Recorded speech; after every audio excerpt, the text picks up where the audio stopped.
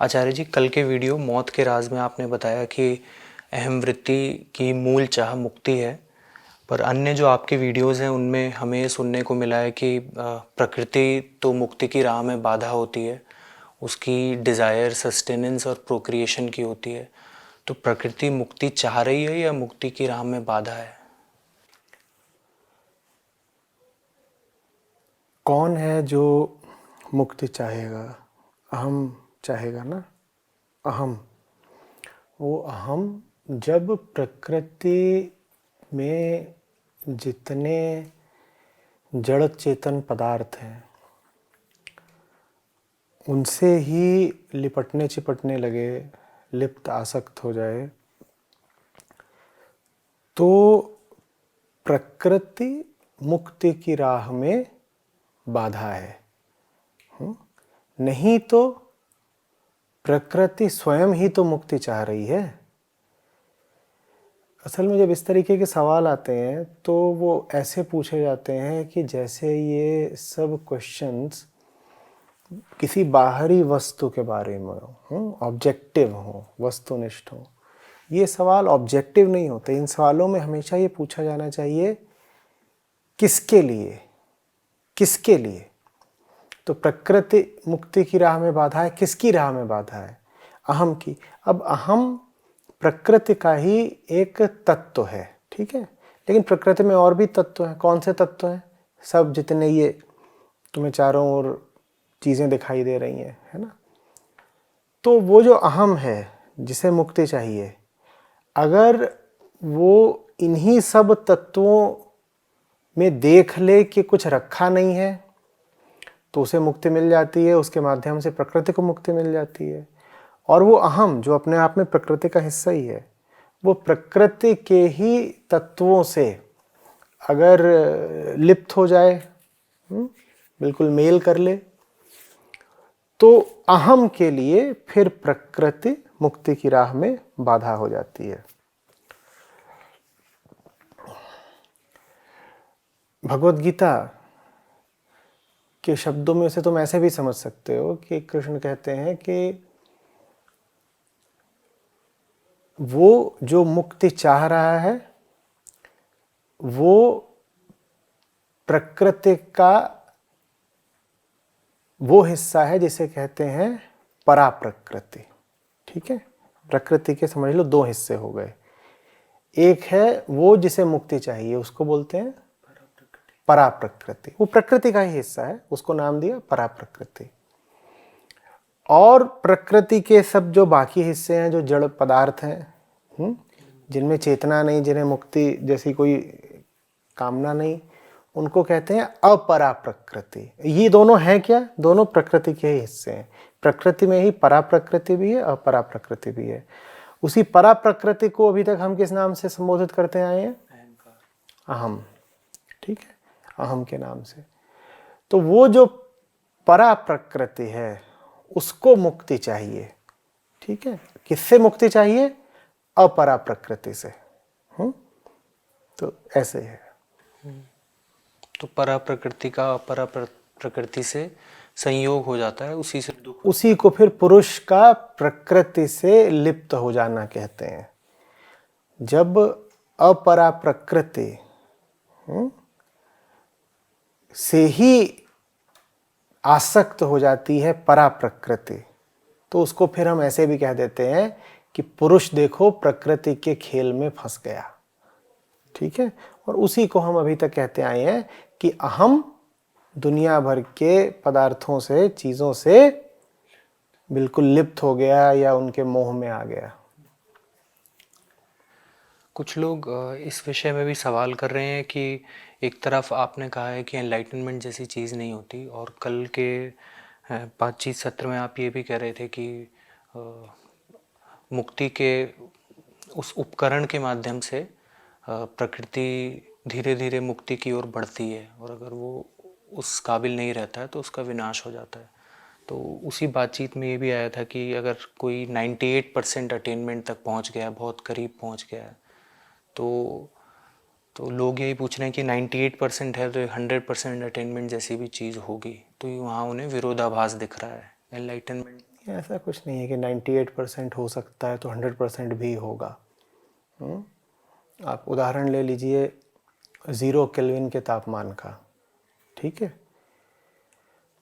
आप 0.01 केल्विन तक तो पहुंच सकते हैं, आप 0.00001 केल्विन तक भी पहुंच सकते हैं, पर परफेक्ट 0 केल्विन तक आप नहीं पहुंच सकते।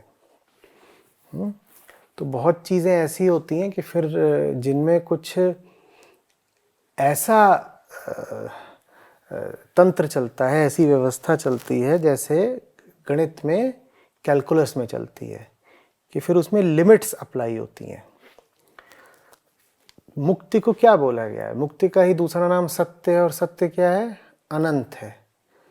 जो अनंत है उस तक कोई भी कैसे पहुंच सकता है? हाँ, अनंत तक पहुंचने की यात्रा की जा सकती है, अनंत तक पहुंचने की यात्रा की जा सकती है।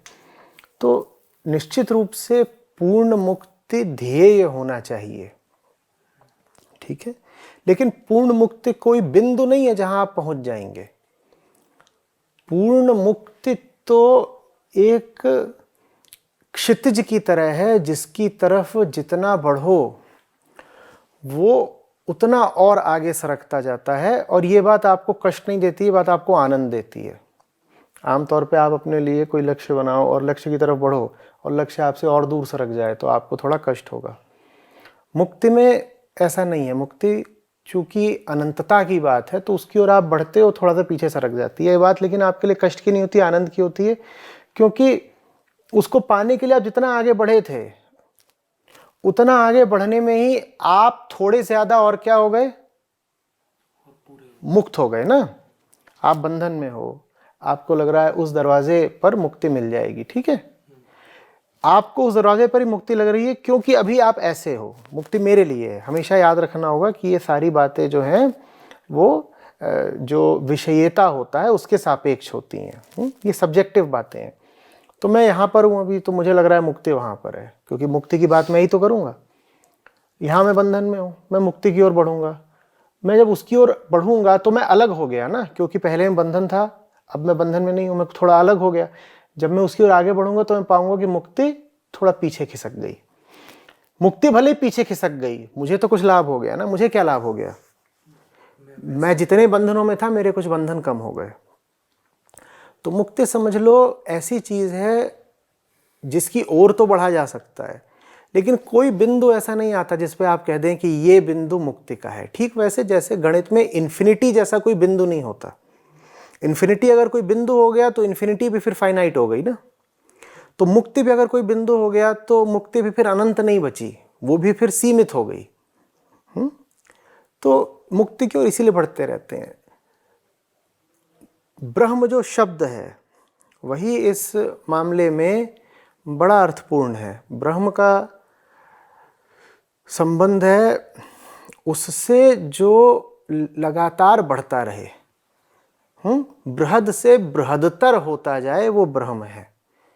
तो ब्रह्म कुछ ऐसा नहीं है कि बड़ा है। ब्रह्म वो है जो निरंतर और बड़ा होता रहता है, क्रियाशील है, गतिशील है, सक्रिय है ब्रह्म। समझ रहे हो बात को? वो ऐसा नहीं है कि इतना बड़ा ब्रह्म था और मैंने जाकर के उसको पा लिया। जितने बड़े तुम हो, तुमसे बहुत ज्यादा बड़ा है। तुम और बड़े हो जाओ, तुम पाओगे वो भी और बड़ा हो गया। तुम और भी बड़े हो जाओ तो वो भी और बड़ा हो जाएगा, ठीक है। लेकिन तुम्हारा काम यही है कि अभी तुम्हें वो जितना बड़ा लग रहा है, तुम उसकी ओर तेजी से बढ़ो, बढ़ते ही जाओ, बढ़ते ही जाओ। और बढ़ते बढ़ते बढ़ते बढ़ते ये बिल्कुल संभव है कि तुम ऐसी जगह पर पहुंच जाओ जहां पर तुम मुक्त ही हो, लगभग मुक्त ही हो। समझ में आ रही बात? और वो बड़ी आनंद की स्थिति होती है।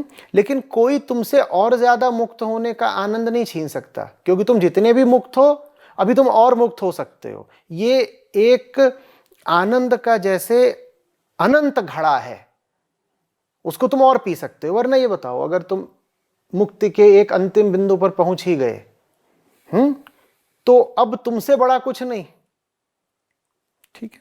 तो अब अनंतता का आनंद कहां? तो जब तक तुम हो तब तक मुक्ति तुमसे आगे का ही कुछ रहेगी, क्योंकि मुक्ति तुमसे बड़ी रहेगी। मुक्त तुम पूरे तरीके से सिर्फ तब हो जाते हो जब तुम बिल्कुल हो ही नहीं, जब तुम बिल्कुल ही नहीं हो, एकदम ही नहीं हो, एकदम शून्य हो गए। ठीक है, वो तुम शून्यता हासिल कर सकते हो, ये बात बहुत ध्यान से समझना, वो तुम शून्यता हासिल कर सकते हो। अभी एक व्यक्ति की बात कर रहा हूं जो मुक्ति की ओर प्रयासरत है, वो उस शून्यता को हासिल कर सकता है, लेकिन अभी है तो शरीर ही ना, वो एक व्यक्ति ही तो है जिसको तुम कह रहे हो कि मुक्ति हुआ, उसको वो उपलब्ध हो सकता है, एक क्षण ऐसा आ सकता है। लेकिन जब तक शरीर है तब तक हमने कहा शरीर की हर कोशिका, शरीर की हर कोशिका अपना एक व्यक्तिगत एजेंडा भी रखे हुए है। ठीक है ना, तो वो जो तुम्हें मुक्ति मिलेगी उस क्षण में, उससे वापस पलट कर आने की संभावना हमेशा रहती है। इसीलिए जो पूर्ण मुक्त है जिसको तुम कहते हो, उसको भी अपनी मुक्ति की निगरानी करनी पड़ती है, और जो उसकी निगरानी नहीं करते वो फिसल भी जाते हैं, फिर वो गिर भी जाते हैं। समझ में आ रही बात? तो इसीलिए मैं कहता हूं बार बार कि ये जो चीज है जिसको हम कहते हैं कि एक बिंदु आ गया फलानी तारीख को फलानी जगह पे फाइनल एनलाइटनमेंट का, इसको मैं कहता हूं कि ये बेकार की बात है। ठीक है, कोई एक जगह नहीं होती, मुक्ति एक सतत प्रक्रिया है। आपको पल दर पल और ज्यादा मुक्त होते ही जाना है। मुक्ति एक प्रक्रिया का नाम है, वो ऐसा नहीं है कि अचानक बिजली कौंधी और आप में प्रकाश हो गया, तो ऐसी कोई चीज नहीं है। उसमें तो आपको निरंतर निरंतर निरंतर आगे की ही यात्रा है, आगे की ही यात्रा है, जिसमें हमेशा पीछे फिसल जाने का भी खतरा है जब तक आपके पास शरीर है। इसीलिए बुद्ध को बुद्धत्व तो मिला तो उसको कह देते हैं निर्वाण, लेकिन जब बुद्ध की शारीरिक मृत्यु हुई तो फिर उसको कह देते हैं महानिर्वाण या महापरिनिर्वाण। क्योंकि जब तक शरीर है तब तक ये संभावना बिल्कुल है कि महामुक्त व्यक्ति भी फिसल सकता है। माया कमजोर छोटी चीज नहीं है, वो अभी भी दस्तक दे रही है, वो चली नहीं गई। वो कहां से दस्तक दे रही है? वो आपके शरीर की कोशिकाओं के भीतर से दस्तक दे रही है। ठीक है, तो अंतिम एनलाइटनमेंट जैसा कुछ नहीं होता। एनलाइटनमेंट कोई इतनी छोटी चीज नहीं है कि एक दिन तुम गए 14 अक्टूबर को शाम को 5:30 बजे और तुमको कहीं पर बैठ करके एनलाइटनमेंट उपलब्ध हो गया। ऐसी चीज नहीं है। जब तक सांस चल रही है तब तक आपको आगे बढ़ते ही रहना है, बढ़ते ही रहना है, बढ़ते ही रहना है, tending to infinity but never reaching infinity. वो ब्रह्म ही क्या जिस तक कोई पहुंच जाए, वो सत्य ही क्या जो तुम्हारे हाथ में आ जाए। हाँ, ये जरूर होता है कि सत्य तक पहुंचने की कोशिश करते करते करते करते कोशिश करने वाला खुद ही मिटता जाता है, मिटता जाता है, मिटता जाता है। लेकिन जब तक तुम्हारे शरीर है तब तक तुम्हारा लेश मात्र हिस्सा तो बचा ही रह जाता है, क्योंकि शरीर में बैठी हैं कोशिकाएं, और वो जो सब कोशिकाएं बैठी हैं वो जैविक रूप से, बायोलॉजिकल रूप से जबरदस्त तरीके से संस्कारित हैं। ठीक है, माया तुम्हारे शरीर के भीतर से तुम पर काम करती है, तो फिसल जाने का खतरा हमेशा है। तो इसलिए मैं कहा करता हूं कि ये बात कि अब किसी को एनलाइटनमेंट का ही प्रमाण पत्र मिल गया है और अब वो महागुरु हो गया है और गलतियां नहीं करेगा और इस तरह की बातें, ये कुछ नहीं है। ऐसे भी प्रश्न आए हैं कि अध्यात्म में हम लोग कुछ गुरुजनों को मुक्त पुरुष कहते हैं और उनकी पूजा करते हैं, उनको सादर सम्मान देते हैं। तो अगर वो प्रकृति उनके माध्यम से फिर अगर मुक्ति को उपलब्ध हो गई तो फिर ये पूरा जो खेल है ये समाप्त क्यों नहीं हुआ? ये बात तो कल भी करी थी ना। हाँ, पर इस पे लोग और को मुक्ति मिली या जो मुक्ति की तरफ जितना बढ़ा उसके लिए खेल उतना समाप्त हो गया। असल में वही मौलिक भूल हो रही है सब सवाल पूछने वालों से। जब वो कहते हैं प्रकृति समाप्त नहीं हो गई, तो फिर वो नहीं पूछ रहे हैं वही केंद्रीय सवाल, क्या, किसके लिए? भाई तुम्हारे लिए चल रहा है खेल, उनके लिए नहीं चल रहा। यहां पर 1 करोड़ रुपया रख दिया जाए, उसका खेल हो सकता है यहां पर खड़े 2 लोगों के लिए चलना शुरू हो जाए। हो सकता है वो खेल तुम्हारे लिए चले ही ना, भले ही सामने रखा है वो 2 करोड़, 2 करोड़ जो रखा हो प्रकृति है, वो रखा होगा 2 करोड़, तुम्हारे लिए वो खेल चल ही नहीं रहा। कोई और लोग खड़े हैं, उनके लिए खेल चल रहा है। ठीक है, तो जो मुक्त हो गया उसके लिए खेल रुक गया, जो मुक्त नहीं हुआ उसके लिए खेल चल रहा है। वो खेल कौन चला रहा है? वो खुद ही चला रहा है। यह भी उसकी इच्छा है कि वो बंधनों में फंसा रहे, तो वो खेल वो खुद ही चला रहा है। ये जो भी हम चर्चा कर रहे हैं ये मनुष्य के संदर्भ में है, तो लोगों ने ये भी जिज्ञासा करी है कि क्या मनुष्य योनि में जन्म लेना एक वरदान है या फिर वो एक पाप है, एक पाप के कारण ऐसा हुआ है? दोनों बातें हैं।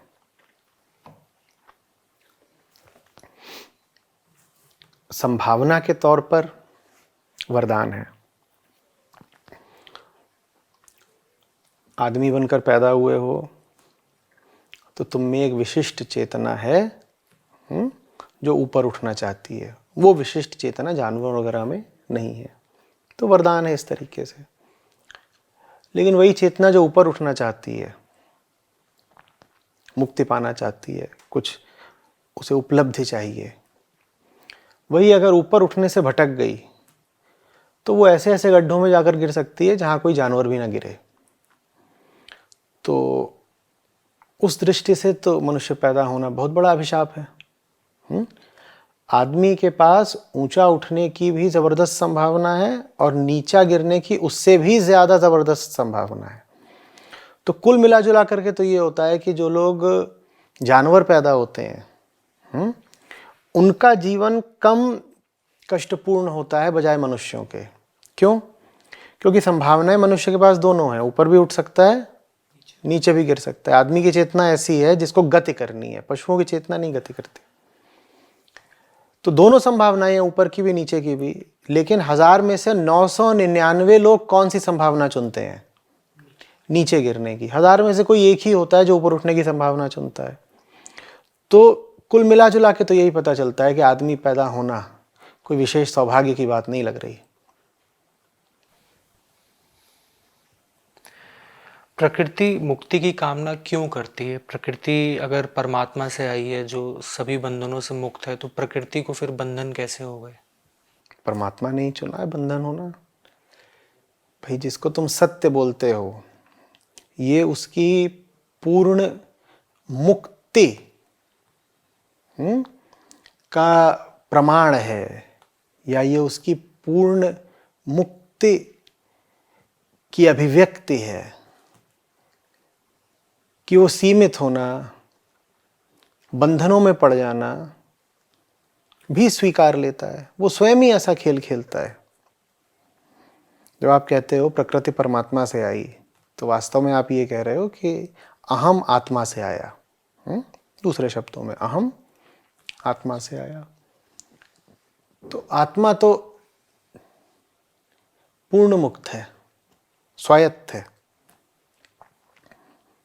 आत्मा के ऊपर किसकी जोर जबरदस्ती चलेगी? अनंत है और संप्रभु है। तो आत्मा का अपना खेल है कि वो अहम बनना भी स्वीकार कर लेती है, खेलते खेलते खेलते खेलते। ठीक है, अब अहम वो बनी है जो मूल में आत्मा है, लेकिन अपने आप को समझ क्या रहा है? अहम। जैसे तुम जानते बूझते नशा कर लो। नशा तुमने जानते बूझते किया। जब नशा किया तो ये तुम्हारा अपना फैसला था, मैं नशा करूंगा। लेकिन नशा करने के बाद अब फैसला लेने की तुम्हारी ताकत कुंद पड़ गई। समझ रहे हो? तो एक तरीके से तुमने ये फैसला किया कि आगे फैसला करने की तुम्हारी ताकत कुंद पड़ जाए। इसी तरीके से अहम आत्मा की पूर्ण मुक्ति से आता है। आत्मा पूर्ण मुक्ति में अहम बनती है, ऐसे ही खेल क्रीड़ा, कोई वजह नहीं, कोई कारण नहीं, उसे कुछ पाना नहीं है, उसका कोई मुनाफा नहीं है ये बनने में, ऐसे ही खेल खेल में, लीला बोलते हैं इसको, लीला। तो आत्मा अहम खेल खेल में बनती है। पूर्ण मुक्ति में आत्मा का निर्णय है अहम बनना है, लेकिन अहम बन के वो अपनी पूर्ण मुक्ति को भूल जाती है। जैसे कि तुम निर्णय करते हो नशा करने का, और नशा करके तुम अपनी निर्णय करने की क्षमता ही खो देते हो, आत्मा का भी वैसे ही। अब ये अहम है, ये है तो आत्मा, पर भूल गया कि आत्मा है। ये अपने आप को कुछ और ही समझता रहता है हमेशा, और कुछ और समझ के इधर उधर का दंड फंद उठपटांग करता रहता है, उसमें दुख पाता है। अध्यात्म में इसीलिए ये बहुत मौलिक प्रश्न होता है, मैं कौन हूं। उसमें जब अहम देखता है कि वो कितना छोटा बन गया है, तो उसको समझ में आता है कि ये जो छोटपन है ये कुछ रास नहीं आ रहा, इसमें कष्ट बहुत है, तो ये मुझे होना नहीं है, ये मैं हो सकता नहीं। जब आप अपनी सारी क्षुद्रताओं को इस तरह से हटा देते हो, गिरा के नकार देते हो, तो फिर आपका जो मूल स्वभाव है वो शेष बचता है, उसी का नाम आत्मा है। प्रकृति के विषय में ये भी लोग पूछ रहे हैं कि प्रकृति को शुभ माना जाए या अशुभ माना जाए, क्योंकि हम देखते हैं कि समाज में और किसके लिए, वही बात है, और हम उससे बिल्कुल चूक जाते हैं। किसके लिए शुभ, किसके लिए अशुभ? तुम्हारी नीयत अगर है स्वतंत्र जीने की, तो प्रकृति तुम्हारे लिए सहारा हो सकती है, प्रकृति से बहुत कुछ सीख सकते हो। प्रकृति माने संसार, ठीक है। अगर तुम्हारा इरादा ठीक है तो संसार तुम्हारे लिए अपने ठीक इरादे को पूरा करने के रास्ते में सहायक हो जाएगा, उपकरण की तरह हो जाएगा। और तुम्हारा अगर इरादा ही गड़बड़ है तो संसार उस गड़बड़ इरादे को पूरा करने में भी सहायक हो जाएगा। तो संसार ना अच्छा है ना बुरा है, प्रकृति ना अच्छी ना बुरी है, वो तो इस पर निर्भर करता है कि तुम संसार या प्रकृति के साथ करना क्या चाहते हो।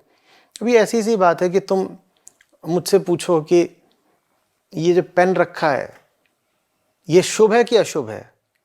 अरे भाई, उसी पेन से तुम अपनी आजादी की घोषणा भी लिख सकते हो, और उसी कलम से तुम दुनिया की काली ताकतों के आगे आत्मसमर्पण पर भी हस्ताक्षर कर सकते हो। तो पेन तो न शुभ है ना अशुभ है, ये तो इस पे निर्भर करता है कि तुम्हारा इरादा क्या है। प्रकृति भी इसी तरह न शुभ है ना अशुभ है।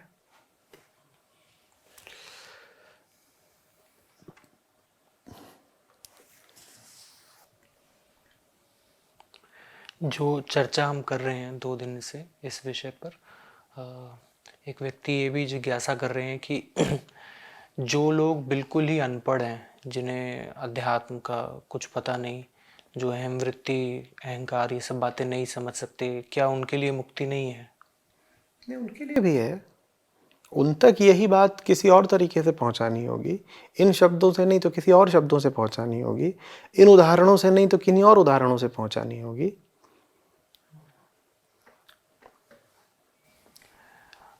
अनेक लोगों ने ये जिज्ञासा करी है कि ये सारी बातें आपको कैसे ज्ञात हुई? कोई उसमें विशेष रहस्य या चमत्कार नहीं है। ये जो दुनिया है आसपास की और अपनी ज़िंदगी, इनको देखो सब पता चल जाता है। नीयत होनी चाहिए जानने की।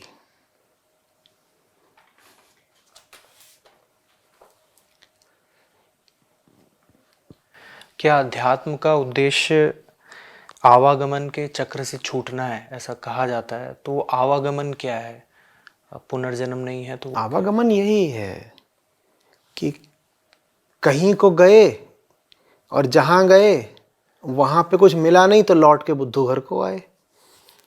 आवागमन, ठीक है। To and fro, pillar to post, ठीक है। आवागमन का यही मतलब है कि गए गए गए गए गए गए और जहां गए वहां कुछ पाया नहीं। काहे के लिए गए थे? कि इधर को जा रहे हैं वहां जाके कष्टों से मुक्ति मिल जाएगी, वो तो मिली नहीं। तो फिर कहीं और को चल दिए कि अब क्या पता वहां कष्टों से मुक्ति मिल जाएगी, जहां गए वहां फिर बुद्धू बन गए, तो फिर वहां से कहीं और को चल दिए। इसी को कहते हैं आना जाना, आवागमन। तो अगर तुम गलत दिशा को जा रहे हो तो तुम्हारा आवागमन का चक्र चलता रहेगा। आवागमन का चक्र तोड़ने का एक ही तरीका है कि जिंदगी को सही दिशा में ले जाओ, वो चक्र टूट जाएगा। आवागमन के चक्र का ये मतलब नहीं है कि अभी तुम अंशु शर्मा बन के पैदा हुए हो और अगले जन्म में तुम रॉबर्ट फिलिप्स बन के पैदा हो जाओगे, तो ये आवागमन का चक्र है। आवागमन का चक्र का मतलब ये है कि अंशु अभी दौड़ रहा है एक कामना के पीछे, उस कामना में उसको वो मिलेगा ही नहीं जो उसे वास्तव में चाहिए, तो फिर वो दौड़ेगा दूसरी कामना के पीछे। आवागमन, आवागमन। भौतिकता बंधन है और जो मुक्त है, जो मुक्ति है वो अभौतिक होती है। तो ऐसा क्यों है कि अहम वृत्ति ने, जो कि पदार्थ नहीं है, भौतिक नहीं है, उसने एक भौतिक उपकरण को चुना मुक्ति पाने के लिए? अहम वृत्ति ने एक भौतिक, क्योंकि उसके अलावा कुछ जानती ही नहीं है ना। देखो, जो अभौतिक है वो तो आत्मा है। अहम अगर आत्मा को जानता ही होता तो आत्मा ही हो जाता, ब्रह्मविद ब्रह्मैव भवति। तो आत्मा को अगर अहम जाने ही तो फिर तो वो अहम ही नहीं रह जाएगा, वो तो आत्मा ही हो जाना है।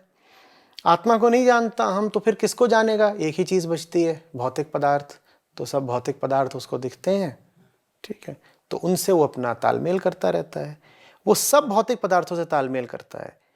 बस एक छोटा सा उसमें अंतर आता है, मनुष्य के शरीर से वो पहला तालमेल करता है। जो पहला तादात्म्य में बैठाता है वो बैठाता है मनुष्य के शरीर से, और जीवों के शरीर से। और मनुष्य के शरीर से तादात्म्य करने के बाद मनुष्य के शरीर के माध्यम से वो और पदार्थों से तादात्म्य करता है। नहीं समझे? तो तुम पहले बोलोगे मैं अंशु शर्मा हूं, फिर तुम बोलोगे मैं अंशु शर्मा हूं जिसको ये कलम बहुत पसंद है। तो तुमने कलम के साथ भी अपना नाता जोड़ा, अहम ने कलम के साथ भी अपना नाता जोड़ा। पर कलम के साथ नाता जोड़ने के लिए पहले उसने तुम्हारे देह के साथ नाता जोड़ा। बात समझ में आ रही है? तो जो पहला तादात्म्य, जो प्राइमरी आइडेंटिफिकेशन है, वो किससे है? शरीर से, बॉडी से। जो सेकेंडरी आइडेंटिफिकेशन है वो किससे है? वो फिर पेन से, कलम से और सब चीजों से है। वो जो सेकेंडरी आइडेंटिफिकेशन है वो हो सके इसके लिए जो पहला वाला है वो बना रहता है।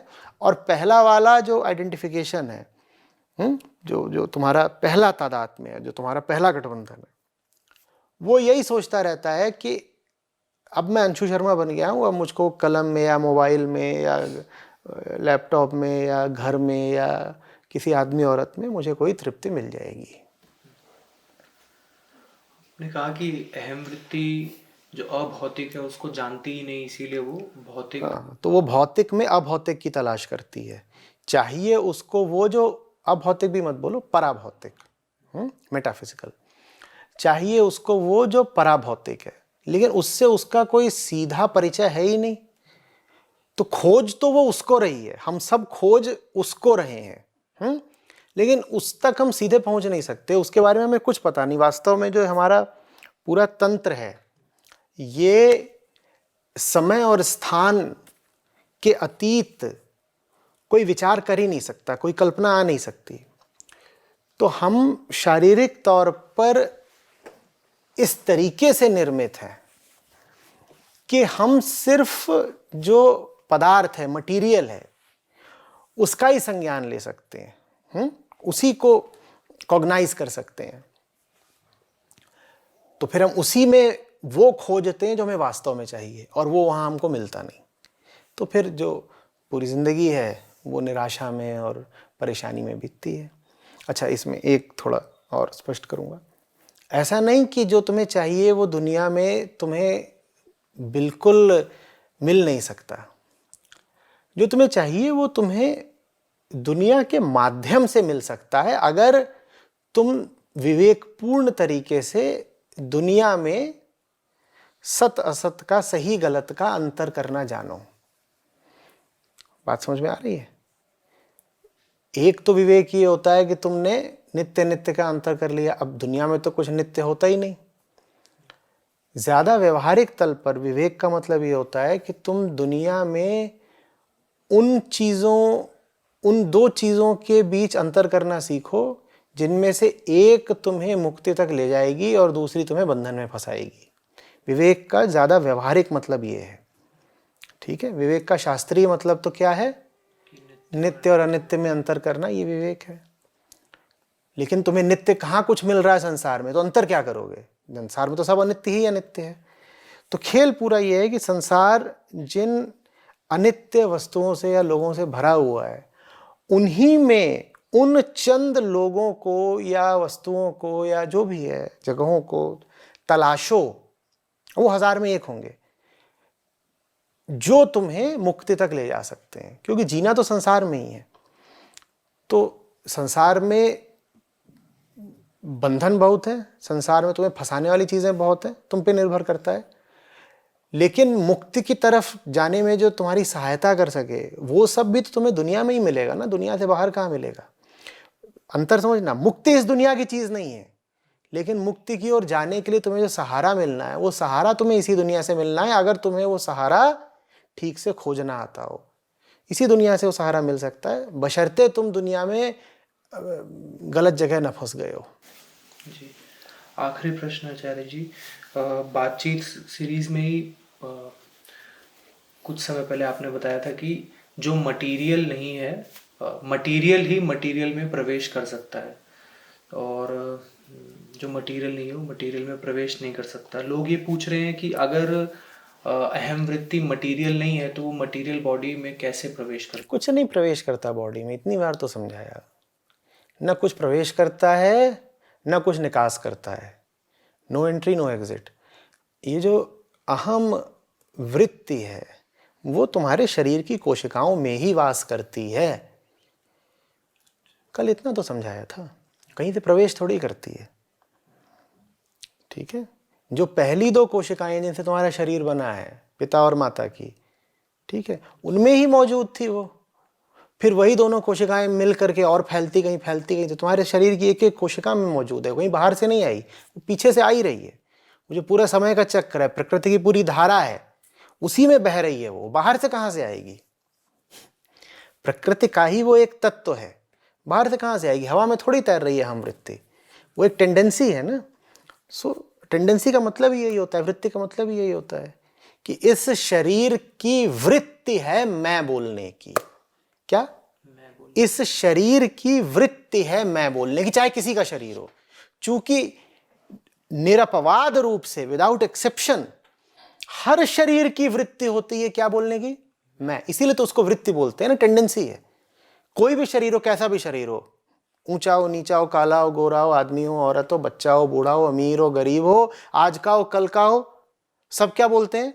मैं। कोई ऐसा तुम्हें व्यक्ति नहीं मिलेगा जो मैं ना बोलता हो, इसीलिए उसको वृत्ति बोलते हैं। ये टेंडेंसी है, सब में पाई जाएगी, सब मैं बोलेंगे ही।